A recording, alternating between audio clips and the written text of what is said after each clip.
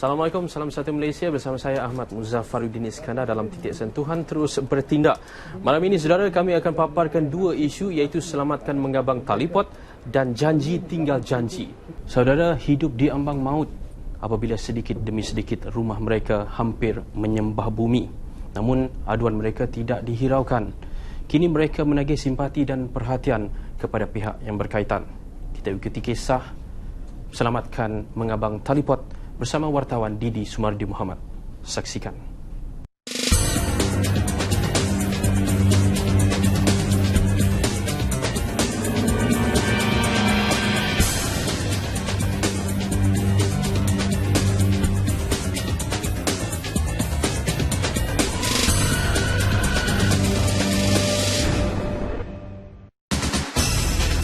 Minggu lalu, kru Titik Sentuhan dihubungi oleh penduduk daripada pantai timur lantas menjemput kru Titik Sentuhan ke Kuala Terengganu bagi melihat masalah yang membelenggu kehidupan sebahagian nelayan di kampung Menggabang Teliput, Mukim, Kuala Nerus, Terengganu. Kami dimaklumkan hakisan pantai yang serius berlaku sejak 3 tahun lalu benar-benar menghantui penduduk. Pemerhatian kami mendapati perkampungan nelayan ini berdepan dengan hakisan yang serius apabila terdapat kesan runtuhan yang pernah berlaku. Menurut penduduk, hakisan pantai yang berlaku di perkampungan nelayan ini bermula 3 tahun yang lalu.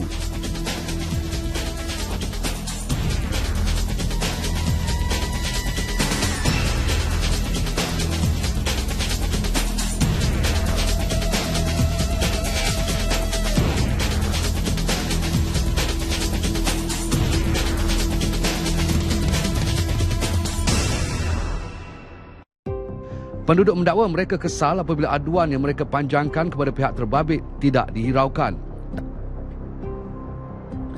Dakwa penduduk mereka seolah-olah diketepikan daripada mendapat pembelaan apabila tahun demi tahun keadaan hakisan semakin teruk, namun tidak seorang pun pihak terbabit tampil untuk menyelesaikan masalah yang berlaku. Selamatkan kampung kami! Selamatkan kampung kami! Selamatkan kampung kami! Jadi hari ini hakisan saya nak bagi tahu di sini, dia start daripada 2008, jarak antara pantai kita daripada laut lebih kurang 150 meter.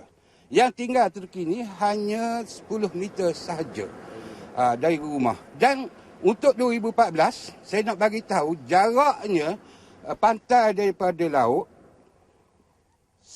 sebanyak 60 meter. Dan kita telah bangunkan berapa bangunan-bangunan untuk nelayan habis masuk dalam ombak. Yang ketiganya, tiang api yang ada sergang di sini telah masuk di dalam ombak. Jadi hakisan makin hari makin melampau sebab hari ini pembangunan yang telah dibuat untuk faedah kerajaan. Tapi yang merasanya masyarakat yang hari ini telah merasa dengan keadaan yang begitu cemas. Takut dengan apa yang akan mari, apa yang akan berlaku pada bulan 11 hingga bulan 4. Jadi kita minta pihak kerajaan berfikirlah apa tindakan sebelum menghadapi bulan 12. Kesan-kesan yang paling ketara kita lihat hari ini, pantai sudah hilang. Sudah hampir dengan rumah. Yang ketara, selepas pembangunan yang ada, hakisan itu juga berlaku dari semasa ke semasa. Sampai bila, kita tidak tahu. Tetapi biasanya, di sinilah permulaannya, berakhirnya projek itu. Maka kesan yang ketara di sini. Tak buat lagi, saya rasa, bukan saya rasalah, orang kampung merasakan bahawa harta benda dan juga nyawa kemungkinan akan terjejas. Perasaan sedih menyelubungi penduduk di sini apabila mengenangkan nasib yang berlaku ke atas kampung mereka. Dahulu Menggabang Teliput cukup terkenal dengan pantainya yang cantik dan menjadi tumpuan pelancong. Malah acara-acara besar seperti pesta pantai dan pelbagai acara anjuran pelbagai agensi diadakan di kampung mereka. Namun setelah kejadian hakisan teruk berlaku, semua pihak seolah-olah cuba untuk melupakan Menggabang Teliput. Kampung Menggabang Teliput diibarat habis manis, sepah dibuang. Kampung ni dahulu kala ni memang cukup cantik, ada penuh ada tamasya apa-apa hingga ke seluruh dunia lah. Pelosok dunia dapat tahu bahawa sini ada tempat permainan, lokasi taman-taman semua cukup lengkap. Lebih kurang 700 meter daripada daratan ke laut. Dulu semua taman-taman ada. Sekarang sejak Kakisang sekarang ni, benda ni dah kira tak ada langsung. Semakin lupus. Air pun makin kuat. Tengok keadaan sekarang dah nak masuk musim tengkujuh. Sekarang ni dah jadi memang tak tahu nak cakap lah. Sedih lah tengok keadaan orang kampung kat sini semua. Apa yang saya lihat hari ini iaitu berkenaan dengan Hakisang pantai yang dahulunya daripada jarak 200 meter, sekarang tinggal hanya 10 meter saja daripada pantai ke rumah. Okey, ni kalau ikut ni dah akhir bulan Disember, November ni kita berharap pihak-pihak yang tertentu tolong ambil tindakan lah bersempena transformasi Terengganu baru ni. Jadi saya harap, jadi pada tiap-tiap malam bagi penduduk ni tak boleh nak tidur malam. Sebabnya apabila dengar ombak tu terlampau kuat sangat, dia punya lancaran ombak tu sampai ke depan rumah. Jadi saya harap maknanya pihak-pihak yang tertentu ambil tindakan yang sewajarnya, terutamanya pada Hakisang pantai lah. Jadi sekarang ni kita tengok air pun dah semakin dekat, tebing pun dah semakin dekat dengan rumah. Jadi saya harap bantulah kami sebagai rakyat negeri Terengganu, khususnya kampung Tanjung Gelam, Gabang Telipuk. Masalah Hakisang pantai terus menghantui penduduk, terutamanya kepada lebih 200 nelayan di kampung Menggabang Teliput. Kejadian Hakisang menjadi semakin buruk ketika air pasang besar. Pengkalan yang digunakan sebagai tempat pendaratan bot turut hanyut di telan ombak. Keadaan ini sangat merusingkan mereka, terutama nelayan yang telah kehilangan banyak kemudahan, termasuk pengkalan mendarat bot, stor tempat menyimpan enjin bot dan bangunan lain yang telah hanyut di bawah ombak.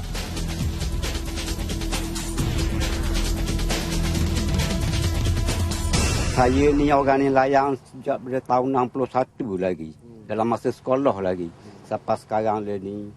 Jadi keadaan nelayan sekarang ni memang cukup sedih lah keadaan ni. Sekarang musim tengkujuh ni kan. Ni belum sampai musim tengkujuh lagi.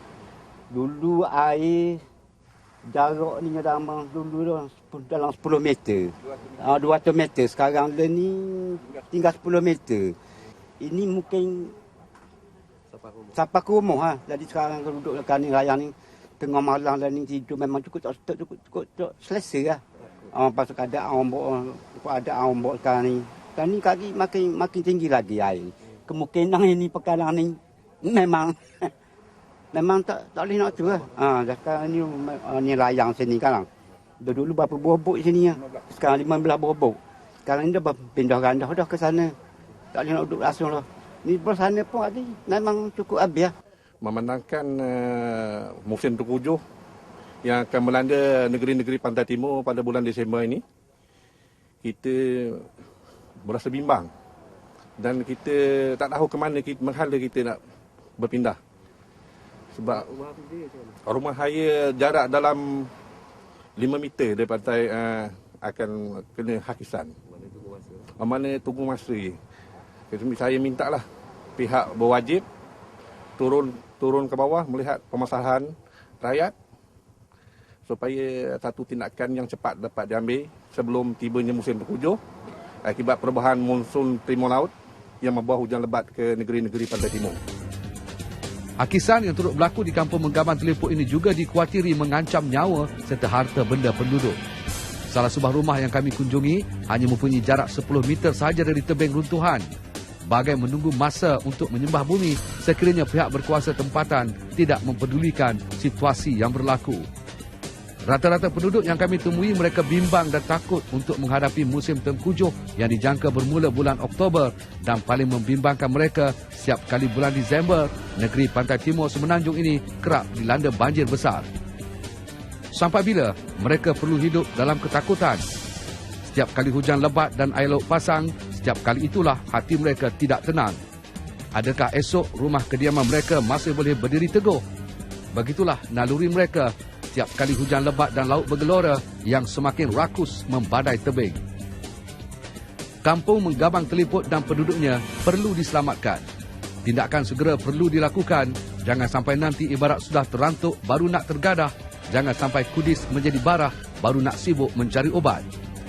Apapun, kru titik sentuhan akan cuba mendapatkan jawapan daripada pihak terbabit bagi menjawab persoalan yang dibangkitkan penduduk kampung Menggabang Teliput ini.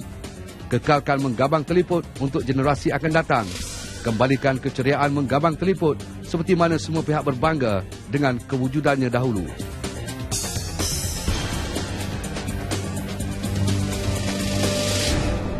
Selamatkan kampung kami! Selamatkan kampung kami! Selamatkan kampung kami!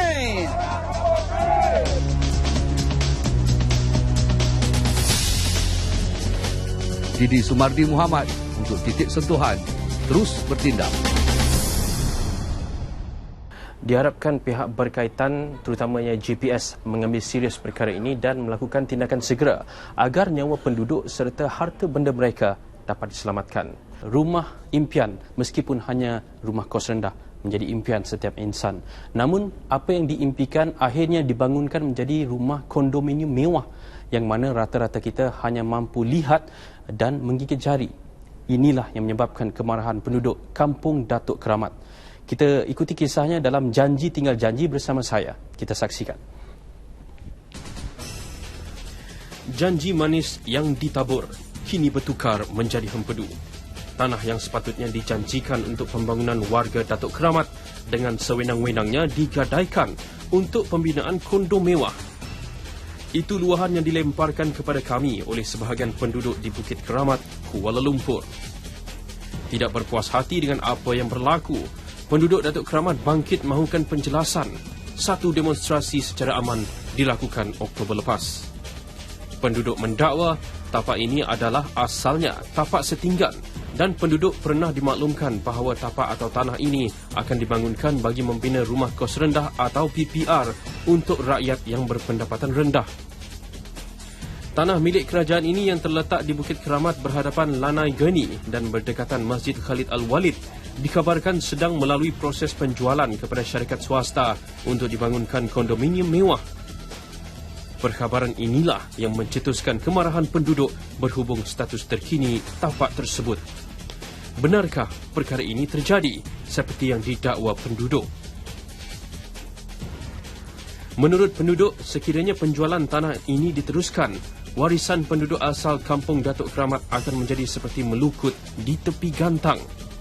Kondo mewah yang bakal dibina tersebut pasti akan dimonopoli oleh pihak luar yang lebih berkemampuan dan ini secara tidak langsung menghakis sedikit demi sedikit warisan penduduk asal Kampung Datuk Keramat yang rata-ratanya bumi putra. Penduduk mengharapkan agar tanah tersebut dibangunkan seperti mana yang telah dilakukan ketika membangunkan perumahan awam kepada rakyat seperti Flat Sri Johor dan Flat Sri Sabah di Ceras. Peranan Kementerian Wilayah Persekutuan ditagih agar menjadi peneraju bertindak dalam membela nasib rakyat di Kuala Lumpur yang mahukan perumahan awam kos rendah. Janganlah nanti seperti kera di hutan disusukan, anak di rumah mati kelaparan. Saya tetap membantah semacam bagaimana yang saya umumkan dulu, tak mahu rumah-rumah yang mahal dibangunkan kawasan ini. Kami bukan menolak pembangunan, tetapi pembangunan itu yang sesuai dan setaraf dengan penduduk di kawasan Kampung Datuk Keramat. Sekiranya rumah mahal tu memanglah orang Melayu boleh beli. Kalau seorang, 3 orang Melayu beli, 30 orang bangsa asing yang belinya.